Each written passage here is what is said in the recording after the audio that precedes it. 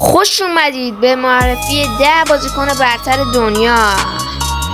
امروز اومدیم 10 بازیکن برتر دنیا تو سال 2025 رو بهتون بگیم. رتبه 10 آقای محمد صلاح، وینگر حساس لیورپول که امسال خوش رقص به کنتر و مهاجم آسانس و کلی پاس گل داده.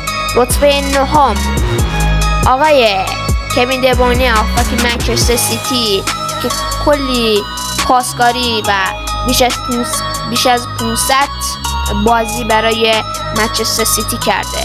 رتبه 8 که کسی نیست جز آقای لوکا مودریچ که پاسکاریایی میده و خیلی خوب بود توی رئال مادرید، ولی الان اومده میلان و خب تو سال 2025 داخل رئال مادرید بوده و جز از رئال مادرید حساب میشه. رتبه 7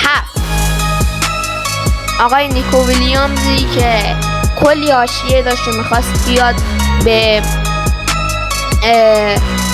بارسلونا ولی نیامد. رئال مادرید هم پیشنهاد داشت و نیامد. رتبه 6 آقای جود بلینگامی که واقعا یه هافبکی بود که واقعا یعنی من خودم پشمام ریخته از این بازیکن. رتبه 5 آقای هری کینی که امسال مدعی برای قهرمانی جام جهانی و بالاخره با بایر مونیخ جام گرفت و گلزنی کرد.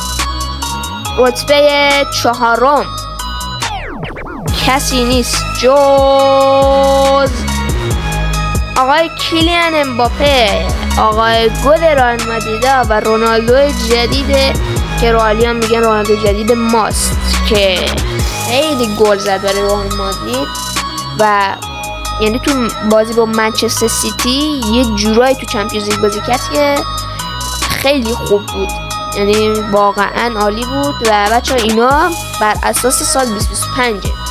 رتبه 3 کسی نیست جز آقای وینیسیوس جونیور که تو سال 24 مدعی قهرمانی توپ طلا بود که آقای رودری برد و نمیدونم چرا تو مراسم توپ طلا اصلا حضور نداشت و خیلی خوب بود. اینجوری دریبلای میداد و بالاتر از سطح خودش بازی میکرد. وینیسیوسی که امسال هم بازم مدعی توپ طلاست. رتبه دوم آقای کسی نیست جز آقای کیه؟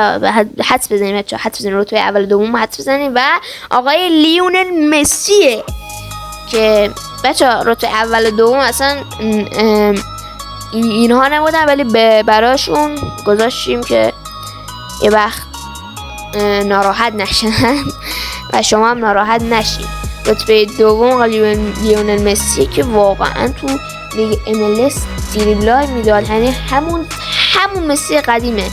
تو MLS جورایی داره گل میزنه، جوری ضربه ایستگاهی میزنه که برگای همه ریخته تو MLS. شایعه‌ای بود که میخواد برگرده بارسلونا ولی برنگشت، نمیدونم چرا. تو سال 2021 تیماش این بوده، سال 2021 از بارسلونا جدا شد، اومد پاریس و 30 تا گل بیشتر برای پاریس نزد و سال 2024 اومد تو لیگ MLS. رتبه 1 کسی نیست جز آقای کریستیانو رونالدوی که از سال درخشش اوجش سال 2008 بود که با منچستر یونایتد هم قهرمان چمپیونز لیگ شد و از سال 2013-2012 اومد رئال مادرید و اونجا هم دوباره چمپیونز لیگ برد و تو 5 لیگ مختلف آقای گله و برترین گلزنای اون لیگ عربستان، لیگ پرتغال، لیگ اسپانیا و لیگ کجا بود؟ لیگ ایتالیا یعنی تو همه چون تونسته جام ببره و جز 5 برتر گلزنیه که توی پنلیگ برتر آقای گل بوده. و این بود از اینها. خدا نگهدار.